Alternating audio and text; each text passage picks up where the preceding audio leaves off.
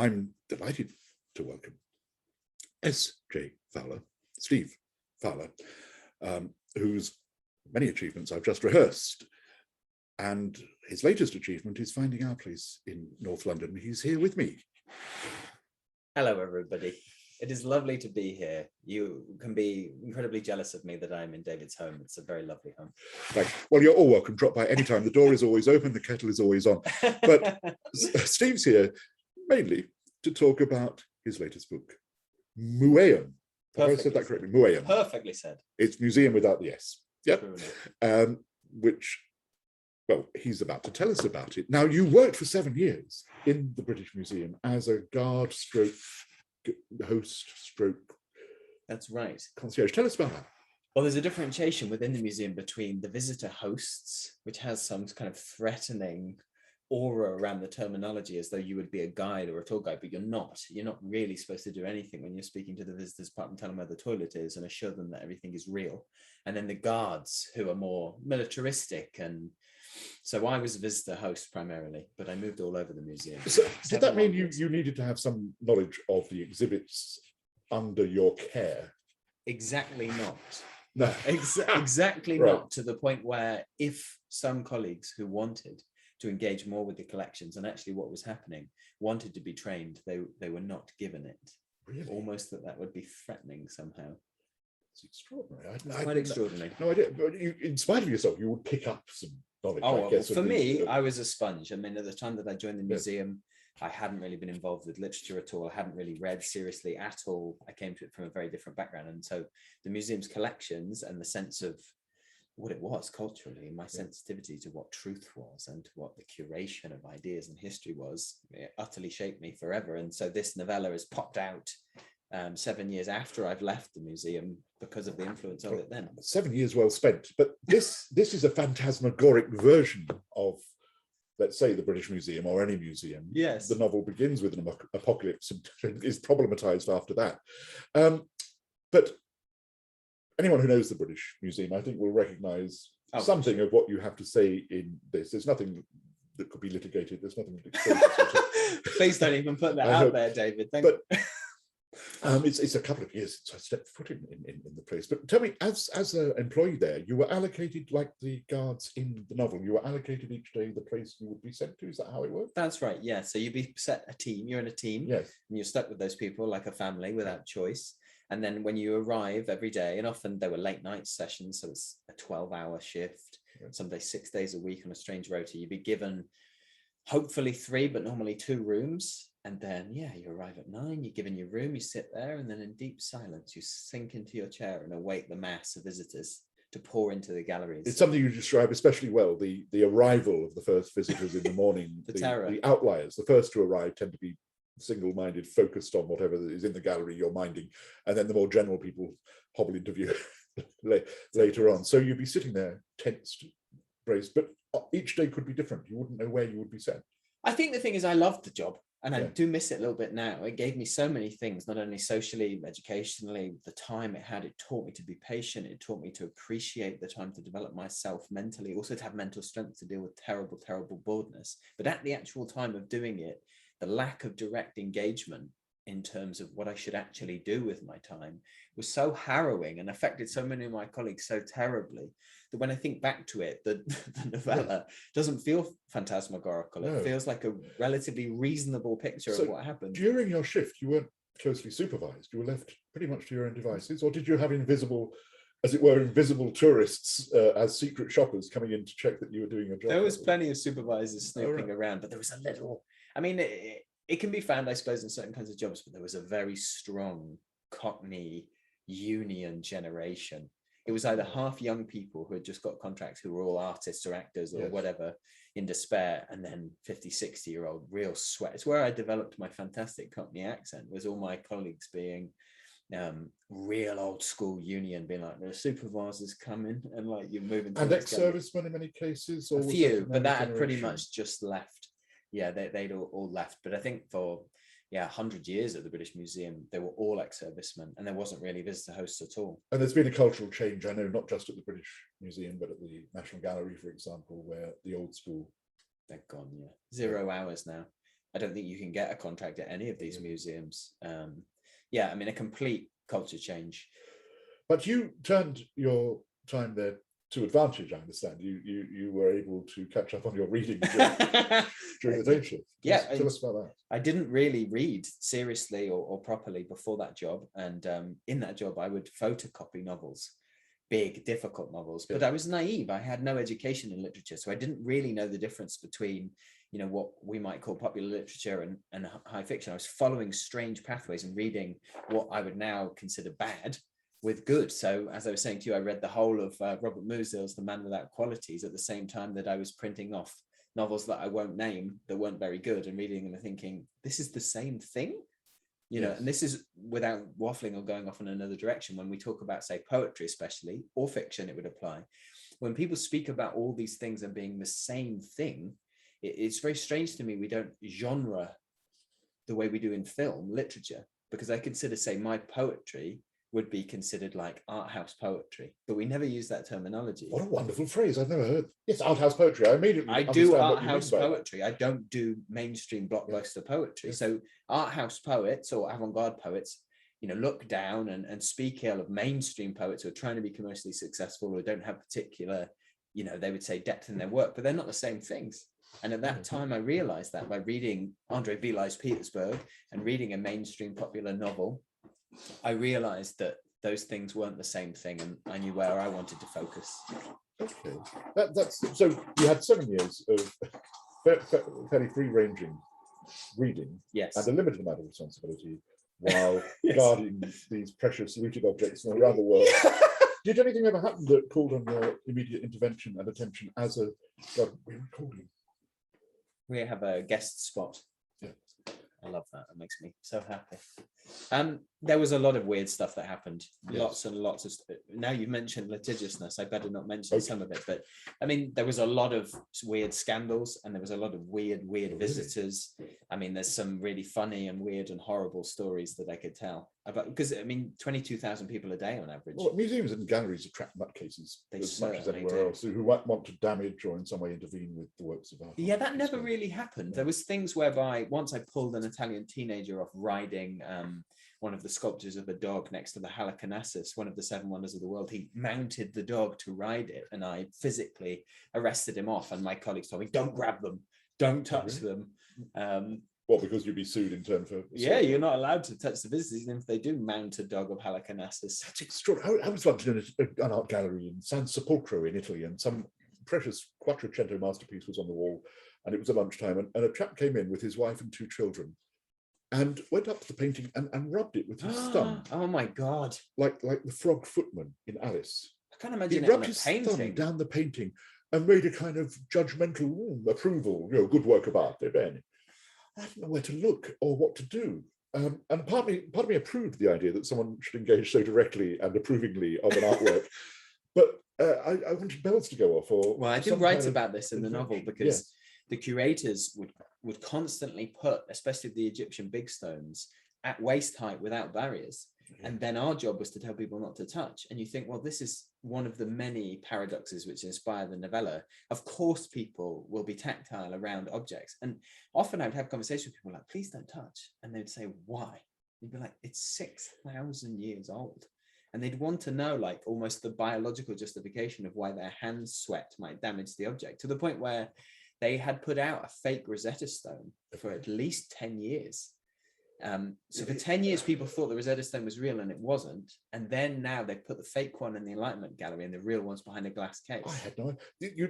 I sometimes think there should be a short written test for anyone before they enter a gallery or a museum, just to see if they understand the basic protocols of behavior. Yeah, true enough. Well, it was my job to enforce that lack of touching, but every day you would touch. For example, one of my favorite galleries was the Olmec and Aztec gallery, because it had a hilarious alarm that almost sounded like an electric shock if you got anywhere near the stela. So when people go close, and they would shock themselves. Well, the book is dedicated to, it says, your colleagues, both living and dead.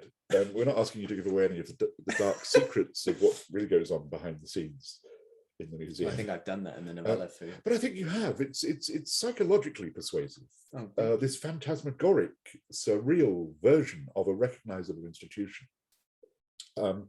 that is compared favourably by Joanna Walsh, no less, to Alistair Gray's Lanark. If you know that novel, you'll know that's praise indeed. In fact, you get some pretty hefty blurbs from Ellie Williams and Chris McCable, so let me add my voice to theirs. Perhaps at this stage, I could ask you to give us a taste of the book by just reading for us the very first page. I would love to, yeah. It's a short novella, 150 pages, consisting, I think, of 15 short sections. That's right. Each of which lands a punch. There's not a moment wasted. If this were genre cinema, in art house cinema, not a shot is wasted. There are no long goes. It's interesting all the time without being overwhelming, if you see what I mean. It's beautifully paced. So thank you so much. It starts apocalyptically. Yeah, it would be a pleasure. You know what, nothing makes me happier than reading my novella in your home, David. Oh. You know what I mean? I'm surrounded by this beautiful environment. All right, so this is the very opening of the book. And it begins with a chapter that's different in style, that describes the context of where the museum exists. Between 6 a.m. and 8 a.m, surges pour onto the city, killing everyone still there and smashing remaining buildings. Things collapse for the last time and darkness spreads across the province. The cloud reaches its peak and unleashes a crushing density of bones expelled from its back end. This causes the widespread collapse of certain buildings. It affects the future, birth rates and so forth, and triggers the deadly surge to begin again. The fog emits noxious gas and unearthly noises, and there are violent tremors. Some people escape into a river. Back into the city, the sounds of scribbled signatures is heard everywhere. Ash and pumice rains down, and by the late afternoon, the city is smothered. People are trapped by blocked doors or by ceilings and roofs collapsing under the weight. This is where we arrive, later on, when we're squared up, immaculate. We pass through the plaster walls easily. After more small explosions, the main surge is kaput, yet a small mushroom cloud of superheated metal blows southwards, killing everyone who has fled to the river and plunging everything into an even darker darkness. Some sort of delayed reaction. A plant or foundry going up. No one knows. The metal had formed natural bunkers in the earth, and we were able to move on upon them, leaving our amputees and assorted wounded to clean up after us, often nested in a divot. It was not the darkness of a cloudy night or a night where there is no moon, but darkness as if the light has gone out in a room that is locked and sealed. A deep ocean darkness above water. I'll stop there. Thank you. Yeah. Cheery beginning. And, well, it's an apocalyptic opening, and it strikes me forcibly now, of course, that what follows, the description of the museum with its many levels, is almost a Dantesque, hellish afterlife. Is that a fair take? I think that's right. Yeah, I suppose the overall metaphor about it is to question the purpose of a museum and to speak about what it houses and what the truth is. So by setting up an opening and closing apocalypse, in a sense, I'm trying to reset the concept of what a museum is and how it's built and what it's constructed by and what the truth is around these objects and these different things. Because the question that really, I wouldn't say haunted me, but struck me by working there was every day being asked, is this real? I mean, I resist so much 80s French post-structuralist thought, and it pains me so much to hear like a Baudrillard question every day, but is this real? Is this real? You just get to the point where you're thinking, I don't really know. I mean, I have to ask the question, does the excess deny the verity of the individual thing? And therefore the book itself is trying to question that by resetting it into a context where we don't walk into the building and say, oh, this is the history then. One wonders if the same people ask the same question in the shop as they pick up their plastic simulacrum of the Rosetta Stone. Yeah, well, I think they're getting a bargain. Well, $6. You can buy a Rosetta Stone mouse mat, as I put in the novella as well, or something. I was struck. I'd like to show. One of the epigrams is by Gustav Heyrink, the author of the Golem. I'll read it. You can get a sudden attack of nausea by staying too long in an art gallery as well. It must be some kind of illness, museumitis, unknown to medical science. Or could it be the air of death surrounding all things man-made, whether beautiful or ugly? Now, I think that's an amazing quote. And suddenly the idea of a museum as a necropolis, some some ghastly record of mortality rather than a legacy of made objects. It's very striking. I think it is that as well. Yeah. I think that's not just an interpretation. I think having to reside there for money, having to reside there in order to survive as a young person doing creative things in London, you start to feel how divorced the object is from any perception of the people who might have engaged with it or utilized it. It could not be more separated.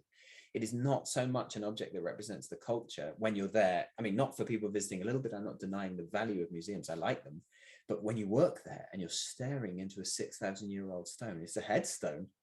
It's a monument to how people have died. It's a monument to things that have been lost, as much as it's maybe we shouldn't be reminded. I suppose also that you're a still point in the turning world, in that you are in that room while people pass through. And in my experience, most people in galleries and museums don't look at the objects. They look at the little label, look at the object or the painting, look back at the label, probably momentarily think, I wonder how much that is worth, and move on. They don't spend 20 minutes in front of a 100%. Titian or a great Renaissance masterpiece. They'll browse it, they'll skim it. I'm not criticizing them so much as observing that that's how people behave in museums. But you, the guardian, the host, curator, even, you're there as they pass by, as a kind of emblem of transience. Yeah, almost an object. Yeah. And that contextual information being more important than the actual information has affected my work and affected my approach maybe to life in general. To see that people actually only understand the content by knowing the context has changed everything that I've done around literature and other things in life. Well, this is a marvelous novella about work and the strangeness of work and the often inconsequentiality of what we do for a living. There's I'll probably lose it now, but there was a phrase I quoted from you earlier which I loved about how work is just a way of occupying your body in time. I think I misquoted that. Displacing volume, That's it, displacing volume. Yeah, that's what my job was. So it to Alistair Gray's name, I'd add Kafka and Borges as possible guiding spirits to this wonderful novel, but also Magnus Mills and The Restraint of Beasts. If any of you have read that, you'll know exactly what I mean. The oddness of work, the oddness of the quotidian, filtered through a unique imagination. Now, you very kindly offered to read a second short extract, if you wouldn't mind. This is one that struck me especially. It's very much to my taste. It's a piece of quite austere writing, which is also, I think, rather hilarious. It's the narrator is describing the actual institution in a very literal way in terms of its floors and rooms. Sure, thank you. From page 42. Yeah. It occurs to me, maybe my post is what his post was to be. But this isn't the system, so it'd be the first time such a weird swap had happened. Usually the procedure is simple. There are 11 teams and the museum is divided into 11 sections. Each section is not necessarily formed into a section because of its content, that is, its objects and the civilizations these objects represent, both real and new.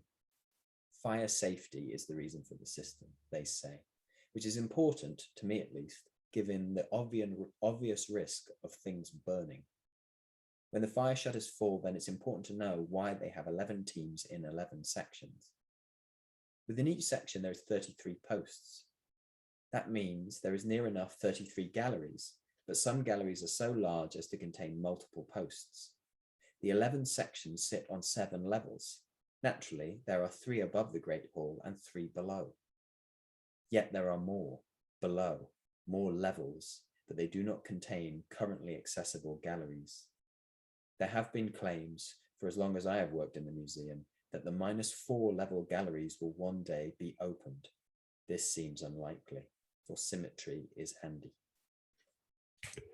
That's wonderful. Thank you so much. There's a link in the chat room for MUEUM Tenement Press. You can buy direct, I think, from the publishers. Definitely, please and do. You were saying something earlier about special stickers that appear on certain. Yeah, I think there's another 30 or so copies, which is the first 100, which get a special kind of hand stuck on image, which is a picture of me working at the museum with an invisible air rifle. Well, you have your orders. Added value, sticker on the cover. Warmly recommended. Thank you so much for joining us. It's so nice, David. Thank you for having me. It's lovely to be here and to meet you. It's great. And congratulations on the Glue Factory and your books too. Well, thank you very much. It's a bit like being in Grazia magazine, isn't it? Yeah, that's exactly my experience from my previous appearances in Grazia. Yeah, you're very welcome. Thanks a lot. Stop recording now.